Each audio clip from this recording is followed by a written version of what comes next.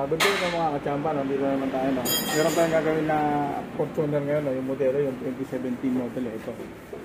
Yan. Yung ano na to. Itong Fortuner na to, mga kachamba, no? So, ang problema nito ay, ano, P1604 na yung startability malfunction, no? So, ang problema nito, mas di bali ng ibang problema yung ano, yung code na lumabas. Huwag lang yung startability kasi napakaraming pwedeng panggalingan ng startability, no.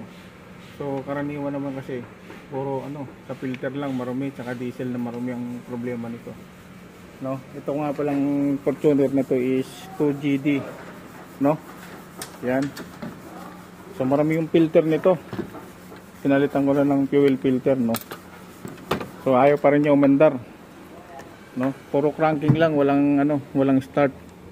So titingnan natin ngayon yung ano nito, yung kanyang wala kasing lumalabas na fuel sa rail, no. So titingnan natin yung kanyang suction valve doon sa may ano, supply pump, no. Okay.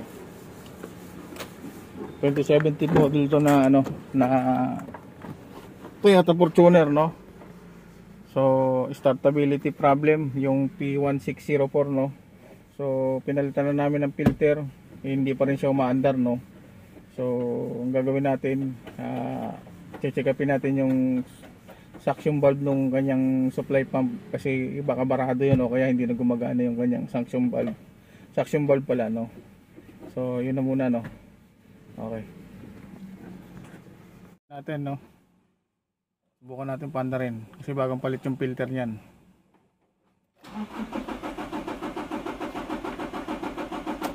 Wala talaga, ayaw talaga mandar. So yung code niyan is P1604, ano, startability malfunction, ano. So wala talaga, ayaw mandar. Ulit, bagong palit na filter niyan.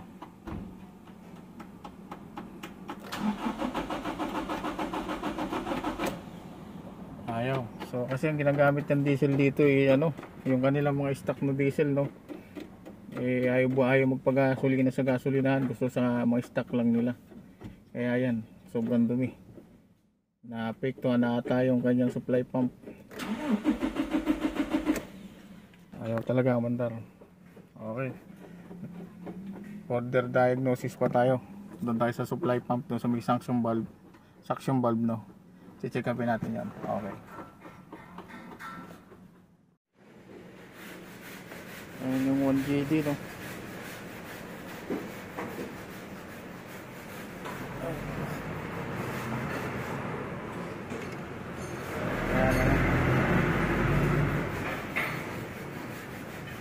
So yung supply pump niya nandun pa sa loob. Maraming tatanggalin tong pinaka-intake.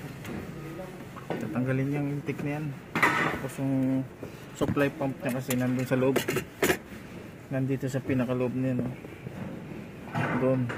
Kaya medyo masalimuot pala ito pag ano, tanggal ng ano.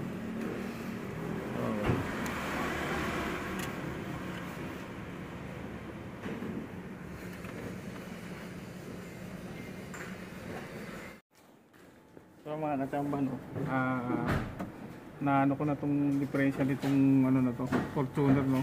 Yung mismong high pressure pump yung may problema, no. Barado na siguro yung filter sa loob, kaya lang wala akong pantanggal, no.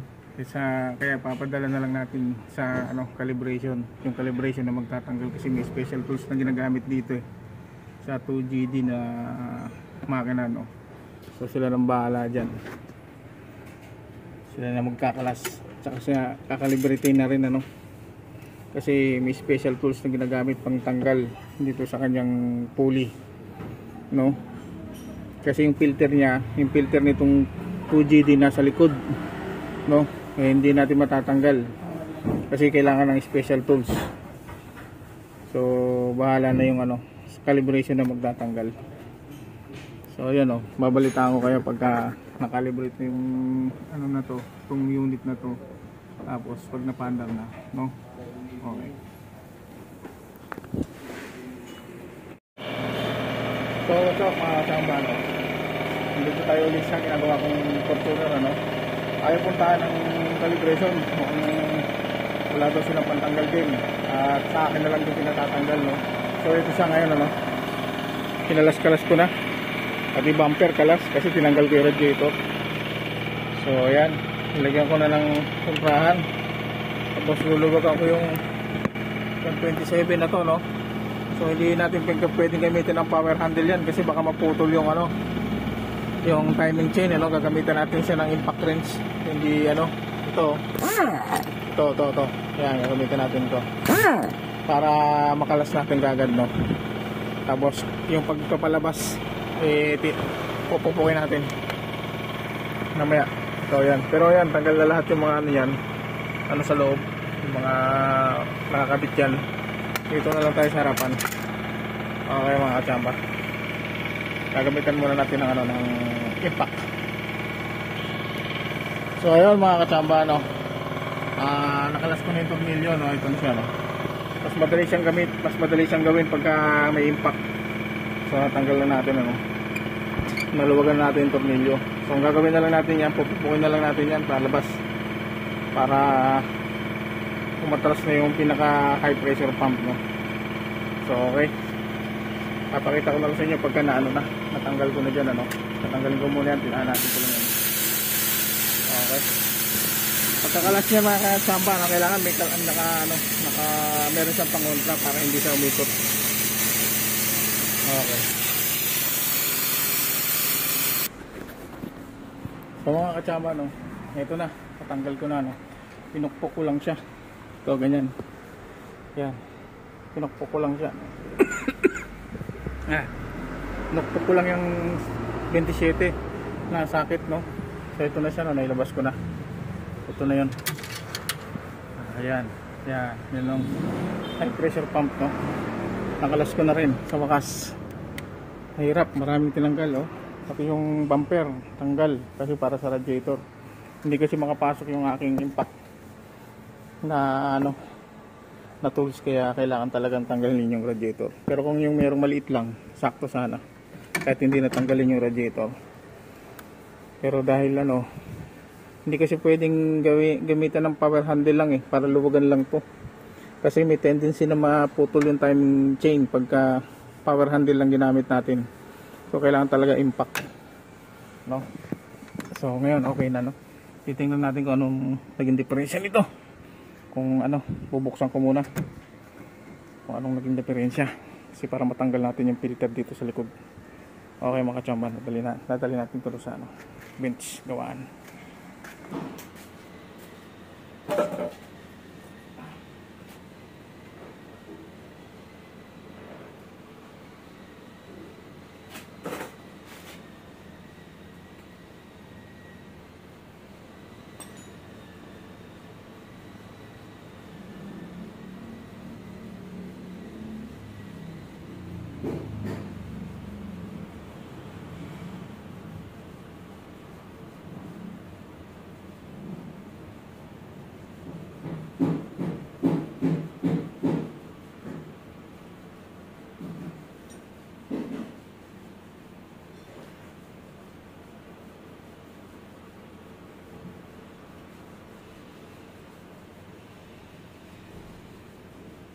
Check natin yung ano, yung kanyang resistance ng supply pump. Itong ano, yung nasa specs pa, no.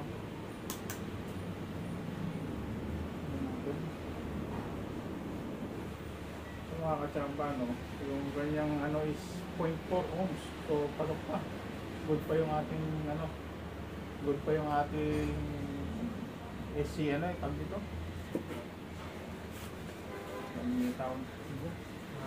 ano, yung pump control valve, no. Yung pump control valve natin is 0.4 ohms, no. So pasok pa, denso yung gumigawa nito, denso, no. So pasok pa to, 0.4 po, pasok pa yung ating, so good pa to. Tapos wala ng problema yan. Filter natin, malinis naman. So baka nagkaroon na ng problema mismo sa pump. Kaya ba't ayaw niya maglabas ng ano? Ba't ayaw niya maglabas ng pressure? Diba?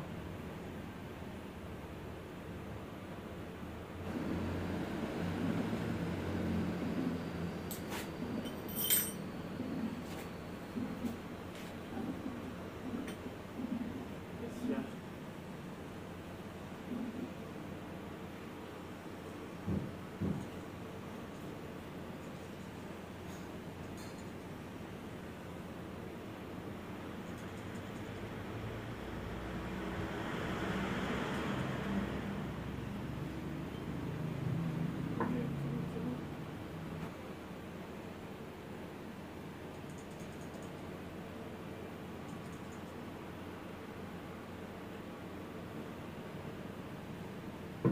What's up no mga guys, no? Nandito na tayong ano.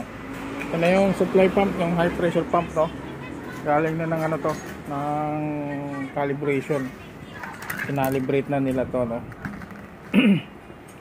Tapos yung tunog na tumutunog nung nakaraan, eh medyo nabawasan na, wala nang tunog, no.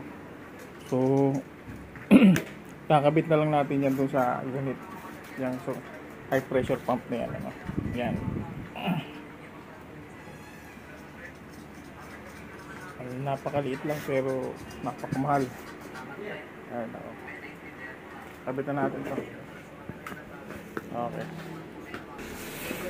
So ito na mga katsamba, no. Ito na yung pump, kakabit na natin, no. Kakabit na natin yung pump na to dito sa makina na to. Ito siya. Kabit na natin yan, ano, para ma-testing. Okay. So ngayon mga katsamba, no, nakabit na namin itong ano, yung high pressure pump. So ayaw pa rin umandar. Ayan siya.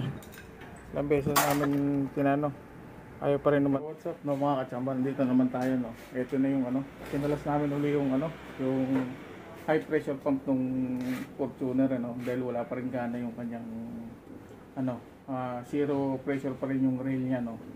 So kinalas ko na kasi sabi nung ano, binabalik namin dun sa mismong calibration, sabi nila malakas daw yung pump. Pero tingin ko parang hindi naman binuksan, ano. So nung binuksan namin, ang nakita ko ito, yung diferensya, no. Ito, kasi no choice na eh. So tanggalin ko muna to, no. Dito sa may plunger. Ito kinalas-kalas ko na to, no. So nakita ko dito sa plunger, tawag dito. Wait lang. Kalasin ko muna. So ito na, no. Nakalasin na natin, ano. Ito yung plunger niya, no. Yan. Itong plunger niya na to. Yan. Ito kasi may spring yan dito. Tapos meron yan shafting dito. Yan. Itong shafting na to, dapat naglalaro yan. No? Nagtataas baba yan, nagtataas baba. Kaya lang na-stack up na siya sa loob. Hindi na siya naglalaro. So kahit may spring ito ditong nakaganyan, dapat pag dinulak mo tong ganyan, dapat maglalaro siya. So sinubukan ko rin siyang ano, tawag dito, sinubukan ko siyang repair, no. Ma-repair sana para kung sakali hindi nabibili ng anong bago dahil napakamahal nitong high pressure pump nito, no. So mga nasa 80,000 mahigit ata yung presyo nito na bago. So sinusubukan ko siyang repairin, no. I-repair.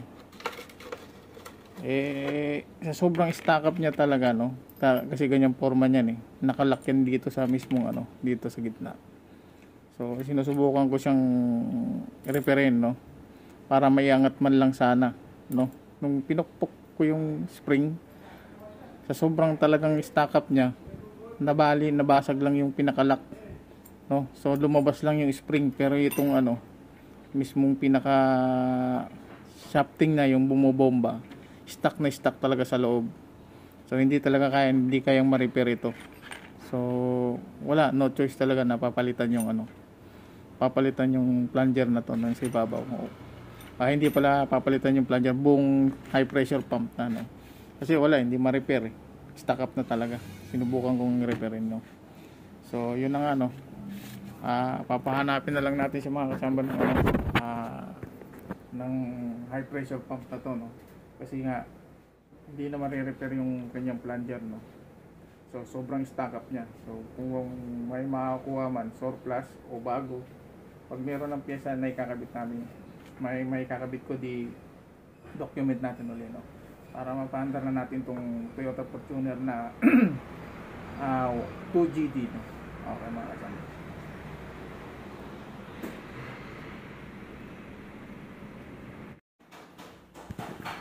So what's up mga guys, no? Nandito na tayo ulit, no?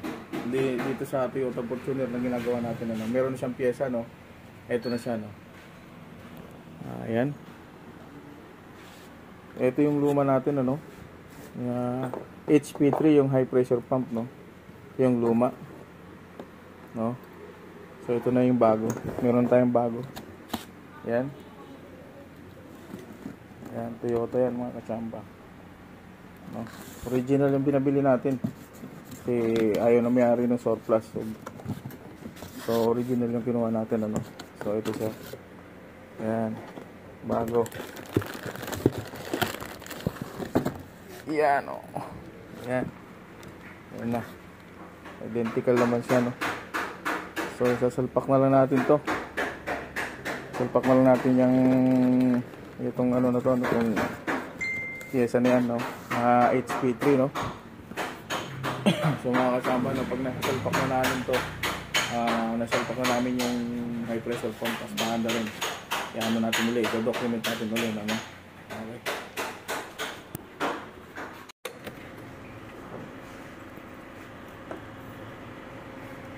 Kaya nakabit na namin yung ano, yung high pressure pump, no? Nilalagyan na lang tornilyo, kinukumpleto, no? Mamaya yan, pagka na ano na, kumpleto na lahat, paanda rin natin.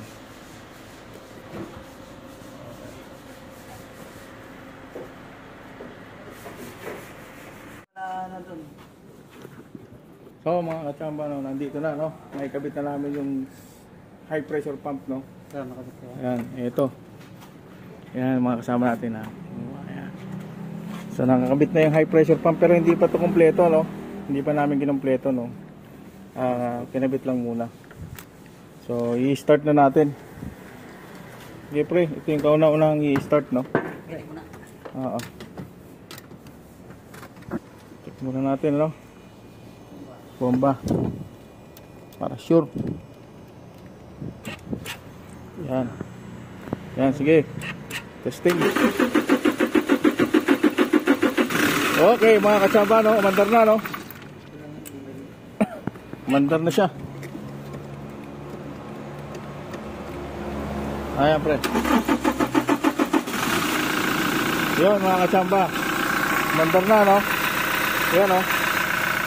So, mga katsamba. Konfirmado, no? Na yung diferensya ay yung high pressure pump, no? So ayan, natandar na natin, ano? Ganda na yung andar niya. Ayan, no? Natamba na naman natin. Ito na siya, no? So umaandar yan. So good na, no?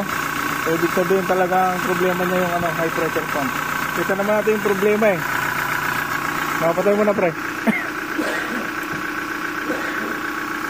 Ayan, ano? Start natin ulit, ha. Isa pa.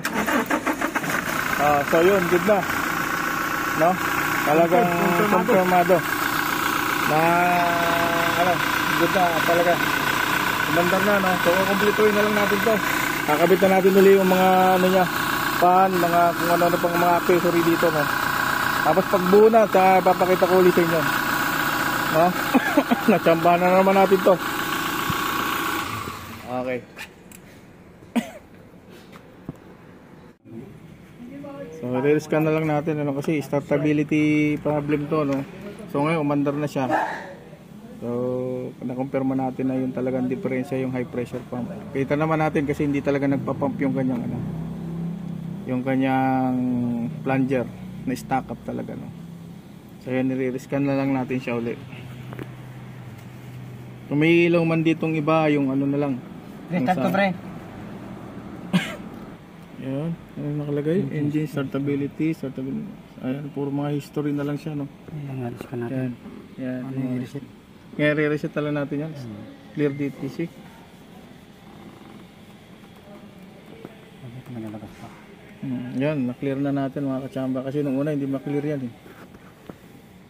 Yan na lang yung ABS. Yung ABS na lang problema. Dati na yun eh. Hindi na natin ano to saka na hindi na natin concern yan. Fits yan. Kano? Hindi na natin concern yan. Pagka ipapagawa na lang, tsaka na lang natin. Sa makina lang tayo. Okay, wala na. Start mo ulit, pre. Okay, wala na yung check engine. ABS na lang nakailaw mga kachamba. Yan. Sa commander naman na siya. Okay. Chamba na naman natin to mga chamba, no? Yung Toyota Fortuner na to, no? Okay, so kumpletuhin na lang namin to, tapos para back on the road na siya uli. Okay. So mga kachamba, no? Okay na itong ano, yung Toyota Fortuner na to, kompleto na to ng mga kachamba. Ito na siya, no? Ayan. Ayan, no? Okay na yung mga kachamba, no? Maandar na yan, ano? Yan, good na yan. Ayos na natin yan, ano? Tingnan natin dito sa dashboard, no? Saka sa scanner. Dito tayo muna. So wala nang check engine, wala na rin yung ABS. Kaya pala umiilaw yung ABS kanina dahil hindi pa pala natin naikabit yung sa kanyang ano, yung sa kanyang mga socket doon sa nakakabit sa radiator, no? So ito siya, no? So ayan, no? Open siya, no? So ang gagawin natin, di-delete na lang natin yan, no? Kasi naikabit na natin yung dalawang socket doon sa gilid. Clear ko muna, no? Clear muna natin. Pero kasi sa dashboard wala nang ano eh, wala na siyang ABS light, no? So okay na, no? Mga kachamba. Yan na, normal na lahat siya, no? Yan, normal na lahat. ABS normal na rin, okay na lahat siya. So good na tong ating Toyota Fortuner na to mga kachamba, no? Yan. Subukan natin patayin na, no? Patayin ko muna aircon. Yan. Patayin ko muna. Yan, stop muna natin, ano? Tapos tsaka natin siya start ulit, no? Kasi dati yung startability problem niya, yun ang nagkaroon ng fault code, no? So marami kasing ano yan, marami siyang sakop, no? So yan, may check engine, wala na rin yung ano, yung ABS. Start na natin. So wala na. Good na siya, no? Okay na yung sasakyan, kompleto na. Hindi, wala na. Wala na. Yung ABS, hindi yung dalawa pala sa gilid, hindi natin hindi pa nakakabit, no? Yung puti. Dahil pagtanggal ng radiator, yun nga, nakakabit na, okay na siya. So wala na, no? Good na siya. Tapos revolution natin, ano? Yun, no? Road test na lang namin to bukas kasi kompleto na to, no? Bukas mga kachamba, no, i-road test na lang namin to. Tapos kompleto naman na siya. Okay na, umaandar na, no? So nachamba natin yung sa ano, startability problem na maraming problema, na pwedeng maraming panggagalingan na problema, no? Hindi niya kasi pinipinpoint kung saan yung problema nung startability, no? Pagka ganun ang problema ng Toyota, hindi pinipinpoint kung saan yung problema. Hindi katulad nung dati na pag nagkaroon ng check engine, ano, tag dito, pipinpointin niya kung saan ka maghahanap. Ito hindi, marami kang titingnan bago mo siya mapinpoint. Para ka nagsimula sa dati, yung ano tawag dito, parang old school. Sabihin lang niya startability, bahala ka na mag-diagnose. Pero kung may scanner ka, mas madali siyang scan kasi doon ka na lang babase sa scanner, no? Nagkataon naman meron tayong scanner, kaya nakita natin kagad yung problema doon sa kanyang ano, walang pressure yung rail, no? Kaya natumbok natin yung sa may kanyang high pressure pump, no? So yun nga, naging problema, stack up na yung kanyang plunger, kaya hindi na siya nagpo-produce ng diesel papunta ron sa common rail, no? So kaya hindi siya umaandar. Ngayon, napalitan na, okay na. Good na naman, nachamba na naman natin mga kachamba. No? Okay mga kachamba. Subscribe kayo at ang mga kasama natin gumawa. Yan, parang Eric. Okay.